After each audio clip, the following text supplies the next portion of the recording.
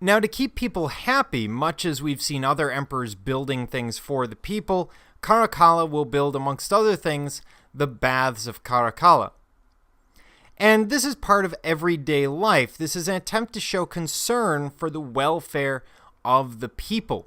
And he's using imperial funds to create this. Now, this is a basic floor plan, and we see there's a great deal of symmetry in this floor plan. These would be enormous baths with halls that are 60 feet or more tall from the floor to the ceiling, so they absolutely would dwarf anyone walking through them. And we have this lavish rectangular symmetrical design, which is built in concrete and then covered in brick, as well as interior revetment. So they're covering it in real marble. In other places, they're painting marble. Then you would have mosaics on the floors and ceilings and statuary throughout. It would have looked something like this. And it would have looked like an amazing day spa today. But of course, this is some place that the Romans, your average Roman citizen, would visit every day or two. Because cleanliness was a key element of Roman society. And you would go to these public baths. Even the wealthy wouldn't have baths in their homes. So this is a really sumptuous construction that's being built for the people. And when we look at it, just to walk you through sort of how this works, the round section is the hot water bath. Then we would have a cold water bath and a tepid water bath. And the idea was that you start in the hot water bath.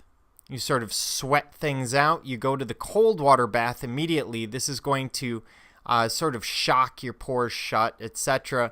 And then finish off in the unheated bath. And underneath all of this would be a large basement full of open fires that are stoked by slaves so that they can heat the entire building through the floors, especially under the hot water pool, etc.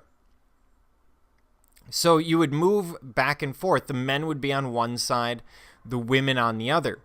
Now, the Greeks used baths as well, but they generally were tied to a gymnasium, exercise being a key element there.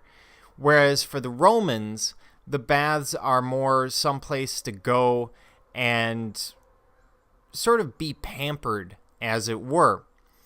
They would be surrounded by civic structures, such as a library or shops and offices, so that you could take care of everything right there at the baths. In certain societies, this is still a key element in their societies today.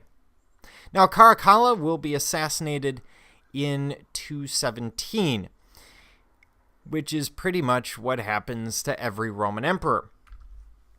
So we move again to the sarcophagi. So we have civil war that will ensue again. We'll have more than 26 people who will claim the role of general over about a 5-year period. The average emperor is going to last about 2 to 3 months.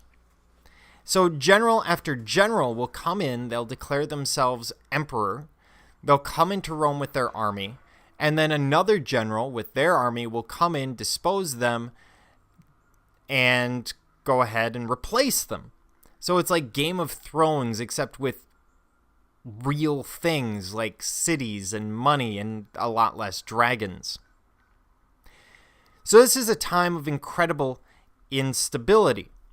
And in times of instability, people gain an interest in psychology and philosophy. This is what we see after the Peloponnesian War, and we see that rise of philosophy in ancient Greece.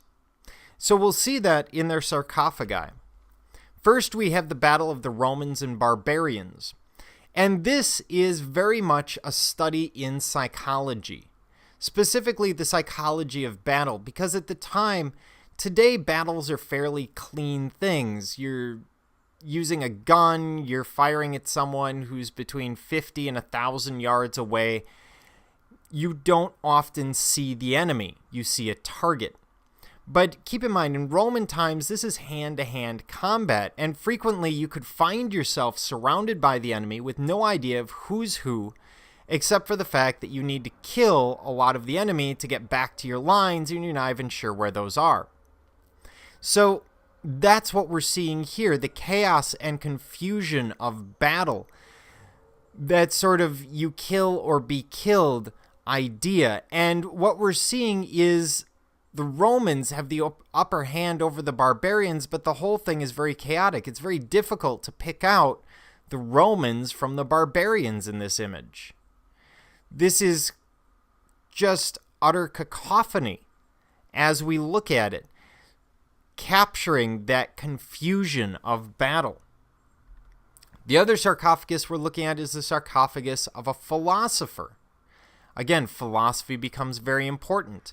And here we have a learned man teaching or expositing his ideas to others. Now you'll also notice that the sculpture is starting to get clumsy, especially in this example. We have figures where, if you look carefully, the body proportions are off. The heads are a little too big.